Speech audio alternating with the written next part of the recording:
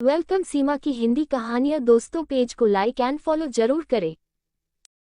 कैसी हो माँ? आज इतवार था तो सोचा आप सबसे मिल लूं। दीप्ति ने घर में प्रवेश करते हुए कहा। रे बेटा, अच्छा किया जो तू आ गई। बहुत दिनों से याद कर रही थी तुझे। आती रहा कर, बहन बेटियां आती जाती रही अच्छी लगती हैं। दामाद जी कहाँ हैं? सरोज ने बाहर दरवाजे की ओर देखते हुए कहा। माँ अभी आ रहे हैं, गाड़ी पार्क कर रहे हैं। तभी दीप्ति की भाभी ने कमरे में प्रवेश किया। भरी गर्मी में सिर पर पल्लू ओढ़े, हाथों में दर्जन भर चूड़ियां, पैरों में भारी पायल पहने भाभी सारिका ने नंद के पैर छुए। तभी दामाद जी भी आ गए। सारिका जल्दी से उनके पैर छूने झुकी तो सिर का पल्लू उतर गया। देखते ही सास जोर से चिल्लाई, शर्म नहीं आती? नंदोई के सामने सिर नंगा करके जरा भी तमीज नहीं है बहुओं को? कैसे रहा जाता है ससुराल में? सारिका ने जल्दी से पल्लू संभाला और चुपचाप अंदर चली गई। पूरे कमरे में सन्नाटा छा गया।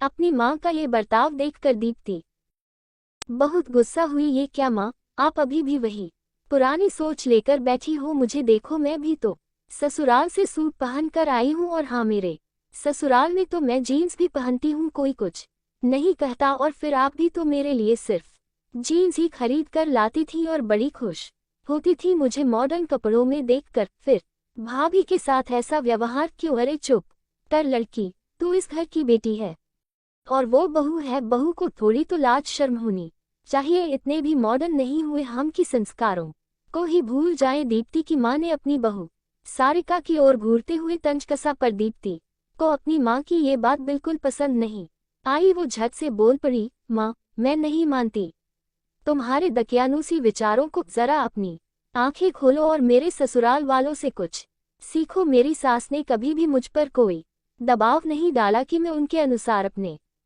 को बदलूं। मैं उस घर में ऐसे ही रहती हूँ जैसे मेरी नंद रहती है। कोई रोक टोक नहीं। मुझे समझ नहीं आता कि आप मुझसे तो कभी ये नहीं कहती कि अपनी सास को समझाओ कि वो मुझे मॉडर्न कपड़े न पहनने दे। फिर भाभी का अगर सिर से पल्लू भी हट जाए तो सबके सामने इतनी बेइज्जती करती हो। आखिर ये दोहरी सोच क्यों? माँ भाभी बेटी क्यों नहीं बन सकती है? उसे आप क्यों एक बेटी की नज़र से नहीं देख सकती? अपनी बेटी की बात सुनकर सरोज बड़बड़ाती हुई रसोई की तरफ चल दी। सारिका की आंखें भर आई।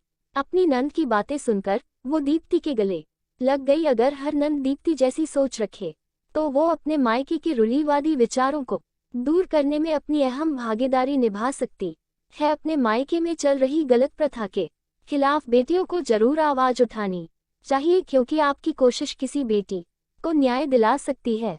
तो उठिए, अगर आपके मायके में भी ऐसे रूढ़िवादी विचारों के नाम पर एक बेटी, आपके मायके में भी ऐसे रूढ़िवादी विचारों के नाम पर एक बेटी को पुरानी सोच और संस्कार की बेड़ियों में बांधा जा रहा है, तो चुप न बैठिए, बोलिए। और तब तक बोलिए जब तक आप अपने मायके की सोच न बदल दे को।